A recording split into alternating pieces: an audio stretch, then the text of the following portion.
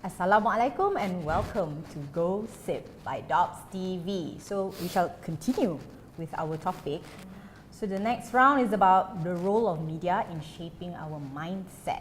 So one of the questions that we discussed earlier on was that, are we turning our audience, are we turning them into stupid audience just because we can't say the word bodoh on TV? So Not just TV, okay? I wasn't allowed to say, we're not allowed to use the word stupid or say the word stupid on air either. Oh my God. Yeah, there's so many Why other is words. that?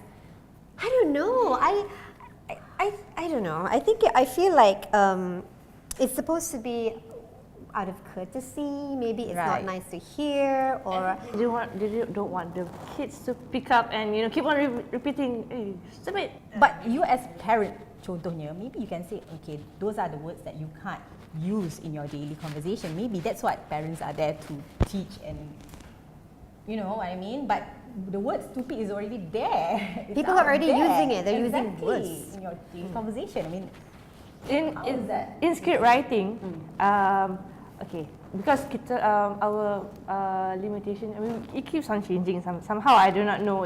At times we are allowed to, at times we are not. Yes. But to be safe, I always go to, okay, it's okay. I avoid it. I don't put stupid in any of my script. But when you want to express anger, you macam, what do I put to replace stupid now? That's another half an hour just to think on what do I put to replace stupid. And then it becomes illogical. Exactly, and I know the cast will go, this character, how do I express myself? I don't want to go to them and say, you know what, I'm having the same problem with you. Because to a certain extent, control, limitations, censorship is good.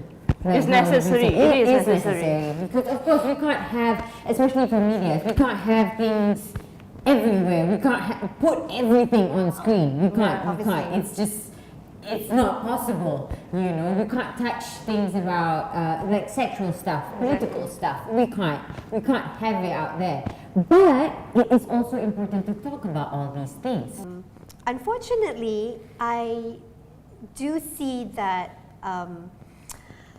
the media does play a role in controlling the mindsets of Malaysians, and I can see that especially in the older generation. The ones who read the national papers, can I say, they're very influenced by what they read. And because they don't have access to social media, to the internet, and all they see is what they hear on the news and what they read in the papers, then they are definitely influenced by that. But the younger generation who has access to all these other forms, other sources of information, we see another side, and then at least then we can form our own opinion. I think we kind of are shaping our audience, into having that kind of mentality somehow. All these say rempit jokes, the ghost joke. I feel those things yang macam You can talk, it's okay. This show's not censored. Go ahead. Go ahead. The situation where you jumpa hantu and then you go alik batat, things like that. But I mean, it's okay. It's a joke. It works once. It works twice, maybe. But we have to move on. Yeah. We have to be smart. We need to be smart into tapping their mind, our audience's mind. The global perspective of Islam is such a negative one because of what they've been fed.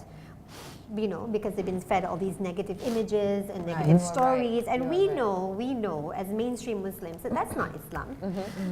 That's not a reflection. That's just a small group of deviant people who claim to do things in the name of Islam, but because they keep on being fed about it so much and so often.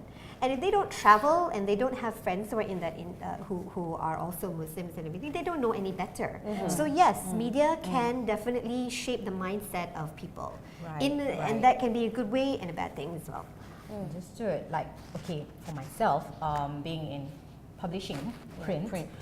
How I treat censorship is, I try to maneuver around it sometimes. Like for find example, loopholes. yes. Sometimes you get away with it. Nothing too serious. A simple example is if I'm doing a story on milk formula, promoting a brand. for example. The thing is, the guideline is you can't say this is the best milk formula for your kid. Contoh. You still have to say, yes, it has all these nutrients and whatnot, but in the end, mother's milk is the best. You need to put that into your text. So that is how you sort of influence your readers to always go back to that teaching that breast milk is still the best. Contoh lah. So that's how I feel macam there's always a way to talk about sensitive issues in the magazine without being, without getting people to be so sensitive about it. Yeah, so I don't know how that would apply to my line of work because I don't see how we are able to maneuver through things, you know, because whatever that we say is whatever that people will get, you know. So I have a question for you. yes, Doing what you do as an actor, do you have people who believe that what they see on screen, that how you are on screen, you are just emulating you're your character. That's not who you are as a person. But do you find that you have fans or people who actually believe that that's you? that is a good question. But for now, we have to go on a break, so we will discuss that later. We are too sensitive, and I know some of us are, you know, we are too rigid also at the same time, you know, because we just, not many of us disagree on a lot of things. That's our main problem. The thing is, you know, we like to hold on and. Assalamualaikum. I'm Aisha. I'm Anida. I'm Dilly. I'm Ines. Thank you for watching Go Sip. Only on DOPStv.